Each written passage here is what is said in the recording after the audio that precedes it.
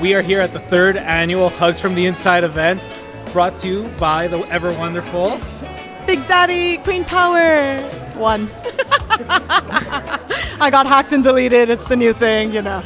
Trust me, I know a thing or two about getting hacked on like social media. Yeah, it's not fun, but it is what it is.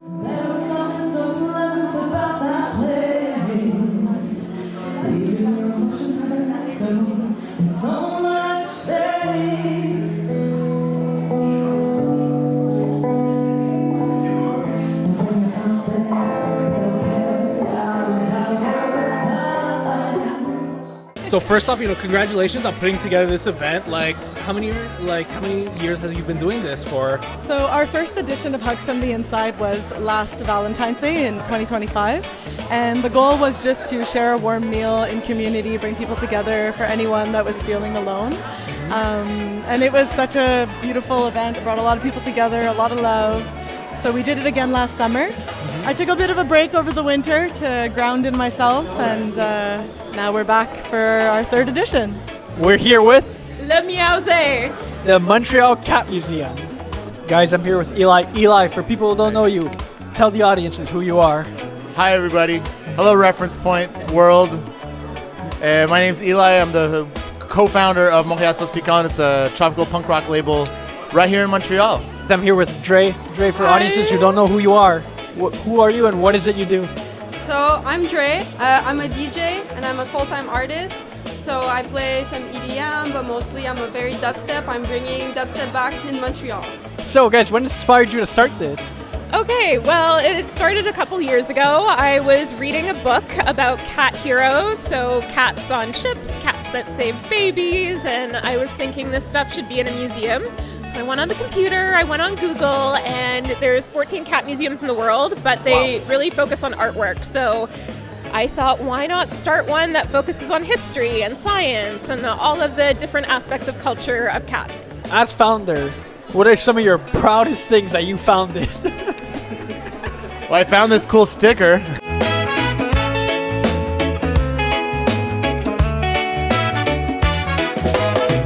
Yes. What made you say, I want to be a DJ?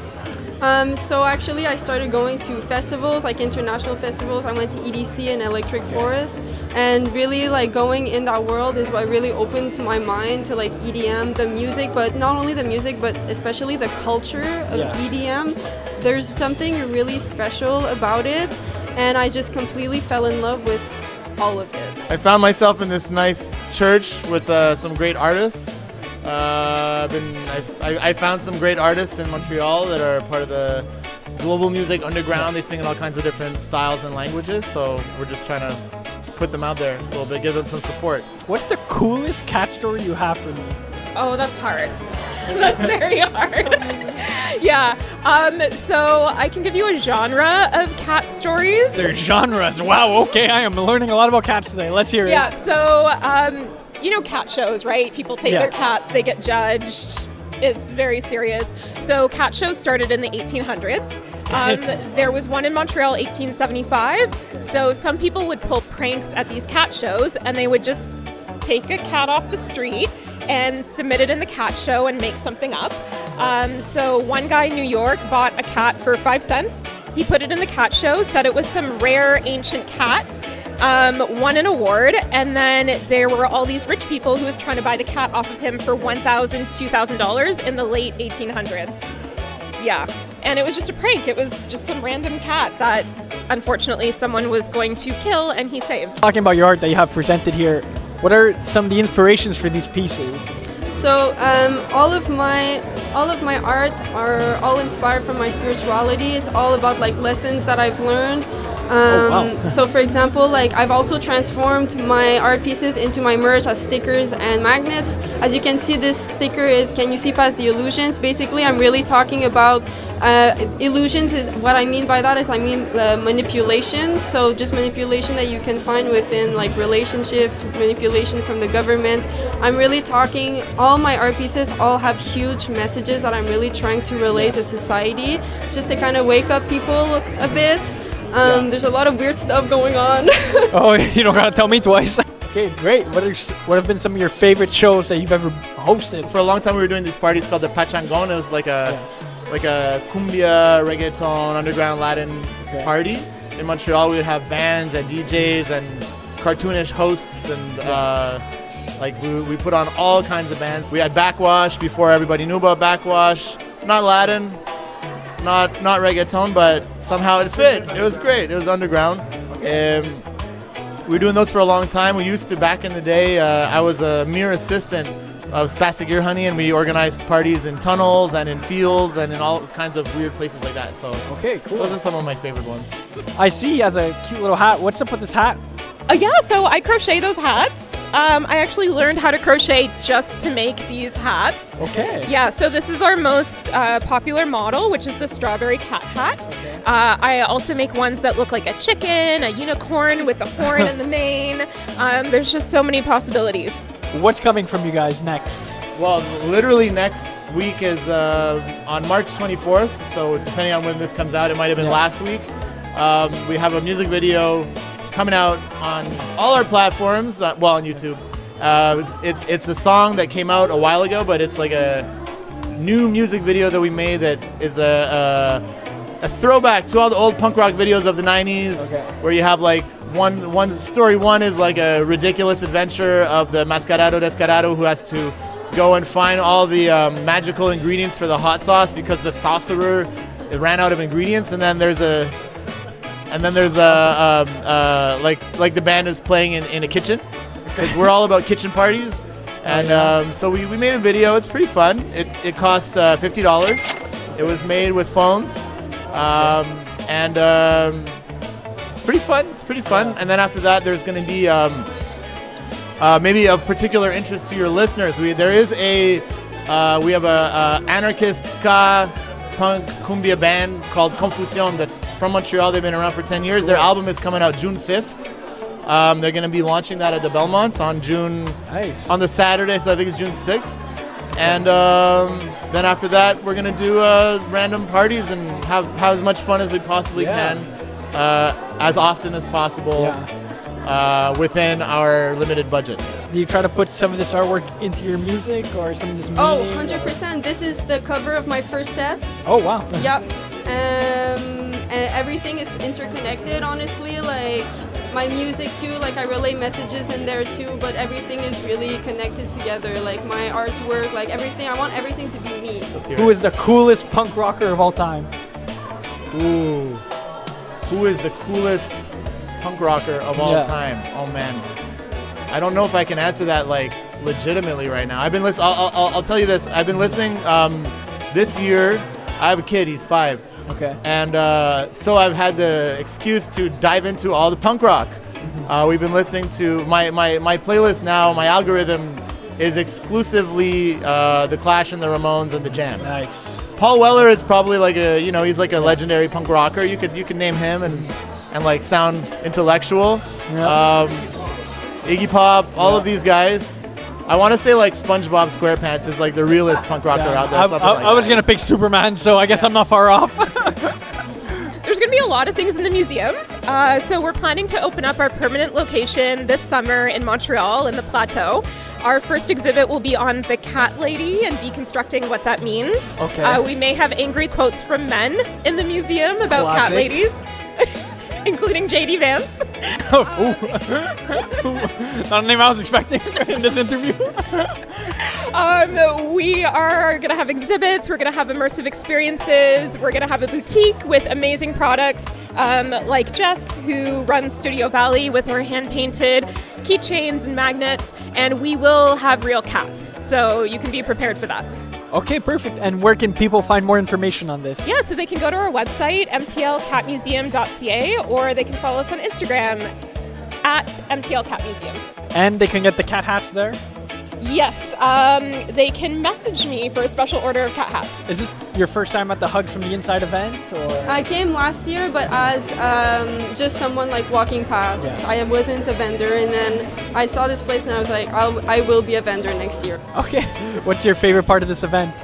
My favorite part, honestly, seeing other vendors. Yeah. I love I love like seeing artists. I love like buying like little like I love little trinkets. I love little like it's really again very much in the EDM community. Like I just love little things. Like I bought like glasses for like festivals and everything. Like I love it. So simple yet so effective. I love it.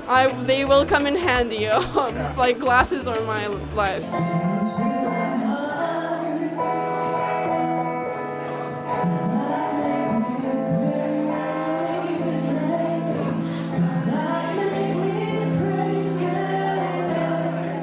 The goal of our expansion events are always to bring people together. So it's community building, and then there's also an aspect of expression. So we offer a platform for anyone, not just artists or performers, but really just anyone in the community that wants to take up space to express themselves. My friends have tried, we don't end up dead. She always offered us a ride, we take a bus instead. I'm here with Sarah from Crystal Void. Sarah, for audiences who don't know who you are, tell them who you are. Absolutely. Hi, my name is Sarah. I'm the owner of Crystal Void, which is a crystal and jewelry brand that has been around for quite a bit now, and we specialize in ethically sourced crystals and handmade jewelry as well. And I'm here with Kike. Kike, introduce yourself for audiences who don't know. Hey, how you doing? My name is Kike.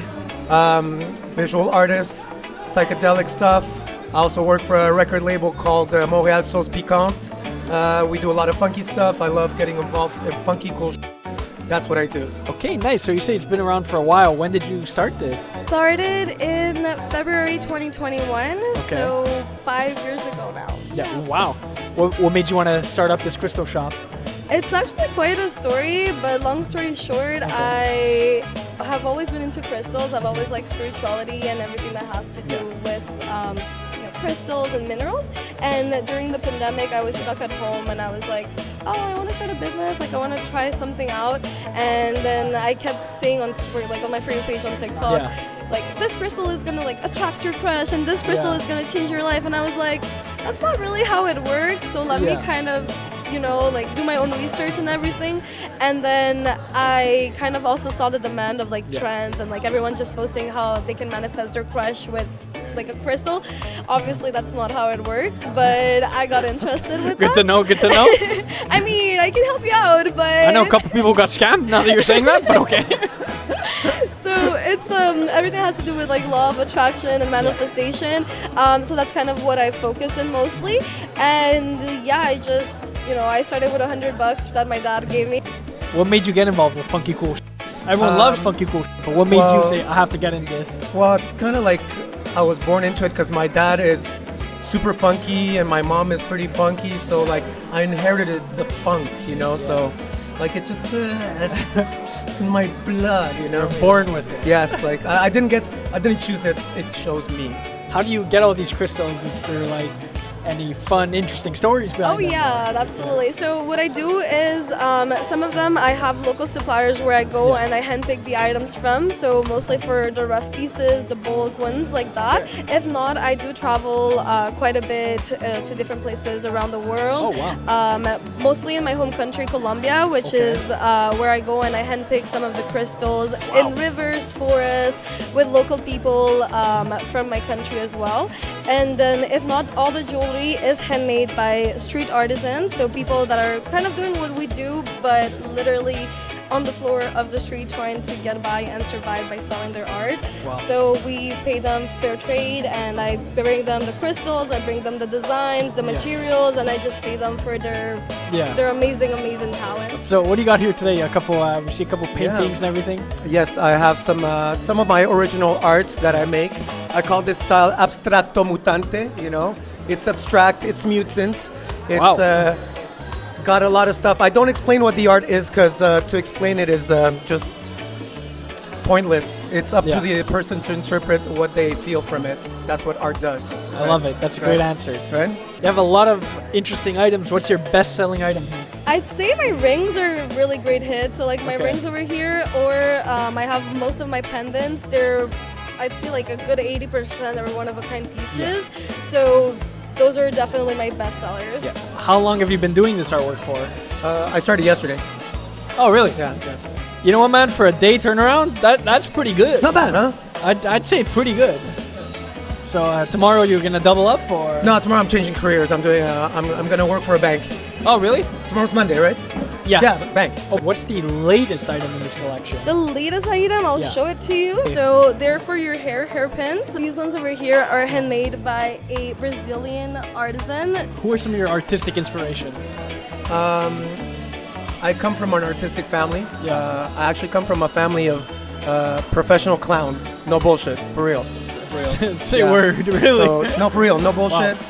Family of professional clowns, and Bowie, and cooking, and psychedelics, and hip hop and life, and that inspires art.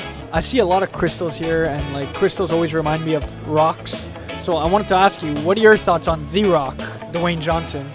Oh, I think he's pretty cool, but I like my crystals better and my rocks better. You heard it here first, guys. Rocks are no match for crystals, and especially Dwayne The Rock. Yeah, right. I'm sorry, I just cannot move past the fact that the family of clowns. How did you get punished in the household? Like, did they just like, oh, get over here, and they pull out a bunch of stuff out of their sleeves? No, Or that's like- when they reward you. They make you work at a bank. Yeah, that's bad punishment. I would not want to mess up in that household, that's for sure. So I heard you're opening up a store in April, is that right? That is absolutely right. So April 4th, we're going to be opening up a small boutique that's going to be appointment-based, and you can come in with your friends, by yourself, and get a cup of tea, shop for crystals and jewelry as well. And it's going to be on Cavendish and Sherbrooke, so it's 3333, so 3333. Wait, what came after the three? Cavendish. Boulevard Cavendish, Suite B390. So I heard a lot of threes. What is your favorite number? So it's actually 222. Okay. You hear that? 333 is a close second to 222. What's your favorite thing about the Hugs from the Inside event? What is your favorite thing about today's event? The most important thing, like in everything, is community. Christina always organizes really cool. She's very community oriented. Honor Roll Records is very similar in that sense as well. They're very community oriented, and there's not enough community stuff that people organize or that groups organize, and it's very important that that's how we're coming together. That's how all of us are coming together. It's a moment for us to share, communicate, and to grow in mind and ideas and hearts and everything, right? So like that's something that's very important. The vibes are very, very cool. The people, the vendors selection is really great. I feel like it all ties in together really nice. Okay. Also, I'm excited for the food. I'm excited to try it out as well. Who doesn't love food? Yeah.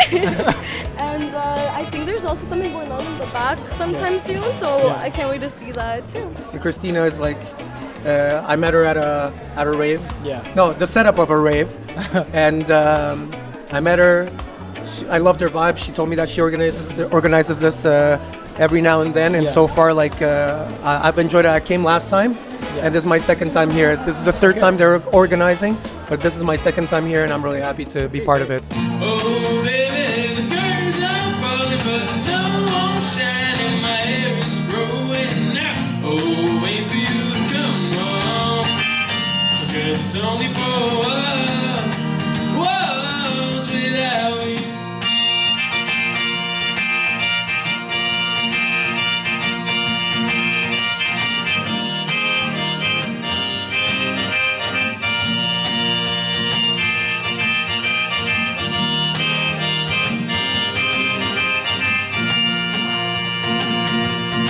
Vendors are leaving their booths to talk to other vendors. It's very much a very nice sense of community. Yeah. You know, it's great that you organized this. It makes me so happy to see it. I'm very grateful. You know, everyone here is so lovely, and I think everyone here believes that community is very important. And yeah, it feels like every time we do an event, it's just expanding.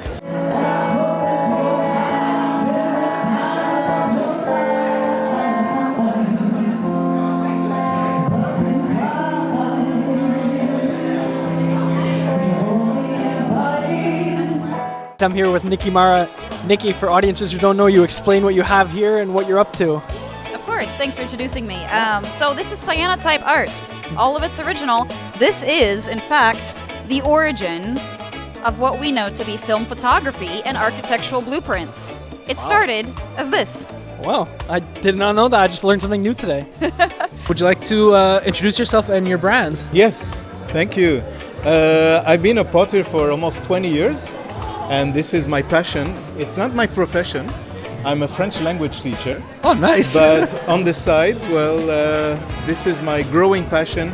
I started even to give courses to teach how to make pottery at our studio. So I explore all kinds of like decoration techniques, colors, and I'm also in charge of making some new colors at the studio where I work. So yeah, this is my passion, my great passion. I work on the wheel because there are different techniques, but I work like on the wheel, which is very meditative. It's you totally, I mean, if something is bothering you, it doesn't work. So you have to be completely relaxed, and this is a very good way to just meditate and create. Yeah. So, what inspired you to start this? COVID. COVID inspired me. Boredom. Oh. I need something new. I need something new that isn't sourdough.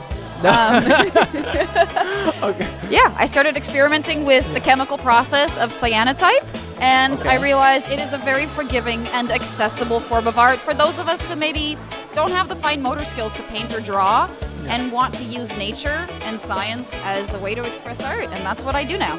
What inspired me is my favorite color, Okay. in case you can't guess. I'm gonna guess purple. I hate purple. It's a pretty terrible color, like the shirt that guy's wearing behind the Yeah, camera. not my thing, not my thing. How did you like discover this? Like, how did you find pottery and be like, this is it, this is my passion? Well, like a lot of things, I think things come to you, and if you're open and you try new things, this is what I did. It was many years ago. I was just back from Italy. I was so inspired, and then I saw a sign in a cafe, pottery courses. I said, oh, let me try. But this blue is absolutely mine, and getting to be inspired by whatever I see around me, because anything that blocks light, from plants to actual photos developed in negative, whatever blocks out light can then become a piece of cyanotype art. I think the accessibility of the art is what inspired me. I come from the Middle East. I'm Armenian of origin. I come from Beirut. So there's some influence in Oriental styles like the teacups, and I've been to India many times. So I get some inspiration by decorating pieces with some stamps I got in India. So it's non-stop. Yeah. What are some of your like best-selling items here? Everyone wants mugs, so I don't know why, but they love mugs. And these balls are also like they're fluted balls. That's with a different technique. I have to scratch one by one, remove the clay, and that's also a very good seller. Out of all your pieces, what's the best-selling piece in general of like all your artworks? The best-selling pieces, funny enough, are not the ones I think are going to be the best-selling Oh, ones. really? They're usually the more chaotic ones. So that's why I put this one out here. Okay. It's a little more messy and natural than, let's say, for example, this one here, that is very clean. It seems like the ones that sell the most are the ones that look like they came straight out of nature. What is the biggest item you've ever made, like out of clay? Well, it was a challenge, and someone said, okay, I challenge you. Can you make a very tall cylinder, like a vase? I was able to reach 9 inches. Oh, wow, okay. So that's quite good. That's quite good. And now on the opposite side, what was the smallest item you've ever made? Ooh, the smallest item, because I make like lids. These are very small, so I make this totally on the wheel. So it's really difficult to manipulate and to make this. Yeah. So that's very small. What's the last item you added to your shop? Like, which one is the latest piece? The absolute latest is this one. This one right here, actually. And my newest obsession, which is circles. I like circles. Who doesn't love a good circle in life? Am I right? Like, come on. So putting things in circles has been my latest obsession as of this week, actually. So I just added them to my collection. Okay, great. It's the latest thing from your shop. Textures. I love textures. Okay. So these are done with rollers. So, and when this piece came out from the kiln, I said, there's something familiar. And if you look carefully, does it remind you of the background of the Klimt painting, The Kiss? Definitely. If you look for the image, I said, wow, what happened? What are your thoughts on the Hugs from the Inside event? How are you finding it so far today? Have you been to these events before, or is this your first one? No, it's my third one. Okay. I've been here since the beginning. Well, I originally went to this event back in July for the second one, not as a vendor, just as a buyer. Nice. And I thought it was extremely cool that there's a very wide range of vendors here, those who do it as their full-time job, and also those who are trying out for the first time, like me. I'm a first-time vendor. Of course. First time ever. So it's amazing. Yeah. Yeah, kudos to Big Daddy. So it's I'm very happy to participate at the third edition too. I'm looking forward to the next ones too. Since you went last time as a buyer, what was the coolest item you bought? Ooh, it's actually something I still own. I don't know if that vendor's here today, but keychains with the Palestinian Arafat pattern. Okay. And my keys are still on that keychain from July. What's the best thing about like one of these types of events, especially this one in particular? Meeting people and curious questions and the sense of community. I mean, there's lots of respect and all kinds of people, and that I enjoy very, very much. For anyone who has never attended, what are they missing out on? You're not really missing out. You're always in the right place at the right time. But if you do want to come to an expansion event, I can almost guarantee that you'll make new friends, you'll experience maybe something new, and you might step out of your comfort zone a little bit, which will make it that you grow and you expand. So would love to have you.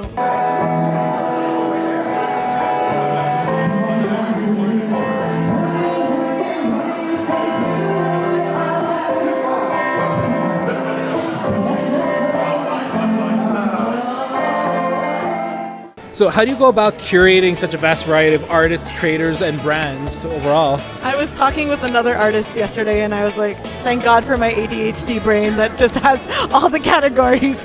I'm like, it's all like the Excel sheet just goes like all the way down. But yeah, it's a little bit easier now because we've done it 2 other times before, and it's actually on Excel sheets.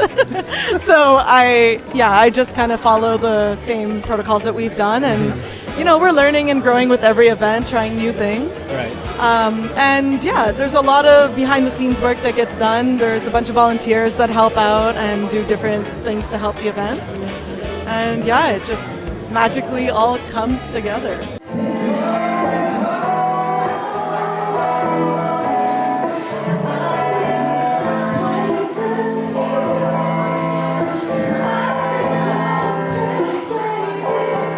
You want to talk about any other upcoming events? Yes, I would love to. So I'm of Korean heritage. My mother is Korean, and I'm producing a pole fitness show with artists of Asian heritage. Nice. So it's on May 1st. It's at Cafe Cleopatra. Okay. And honestly, the talent is stellar. It's some of Montreal's best talents. They're all incredible. What can I say? That's incredible. That's it. That's the next one, and who knows? We'll definitely do another hug sometime in the summer. Oh yes, for the pole show, it's called Ascension. Okay. And that's it. Guys, I'm here with... Hello, my name's Peyton. I'm the owner of Cirque Celestial. So I'm here with... Camélia Jaziri. Okay, for people who don't know what that is, what is it? So I own a circus and dance school based in Montreal. We teach everything from pole dancing, aerial hoops, silks, aerial hammock, as you can see our beautiful coach Roxanne doing behind us, as well as burlesque. And we're like a really beautiful community of people doing circus. So I'm a Tunisian artist, and I take my inspiration by my Mediterranean roots, specifically the Tunisian and all the Maghreb that we call like Morocco and Algeria. How long have you guys been doing this for? So the business has existed for 3 years. It started out as Payton School of Circus and Dance because I'm bad at naming things, but it's been Cirque Célestial for the last 2 years. Okay. And yeah. I personally like the name. It was very direct, gets straight to the point. You can't be upset at that, I find. Now there's more people coaching, so we needed something like broader. Okay, fair. How long have you been doing this for? So I've been painting since I'm 12. It's been a long time. Okay. Yeah, absolutely. And since I came to Montreal, it's been like 2 years now. Oh, 2 years, yeah. Time flies. Wow. And I do exhibitions for like private and also public exhibitions. Okay, in cool. Montreal. Which of all these paintings, which one's your best-selling piece? Like, what is the people's favorite? So that's funny because I'm a Tunisian artist, but the pieces that I sell the most are inspired by the Moroccan streets. So we have this one inspired by the Tunisian safseri. What people usually like about this one is like the colors is very bright. So the red, very bright wall, and the contrast with the white women right here. And also I have another piece that is very, very known, this one. Okay. This one is called Chef Shawen. It's a very known, it's all blue painted Moroccan street. And this is the best-selling one. I don't have any other prints to show you because they are sold. Which dance do you specialize in? Like, which one's your favorite? Oh, personally, I have ADHD, so I go between all of the things, but I typically tend to do a lot of aerial hoop. I feel like that's what I'm most well known for.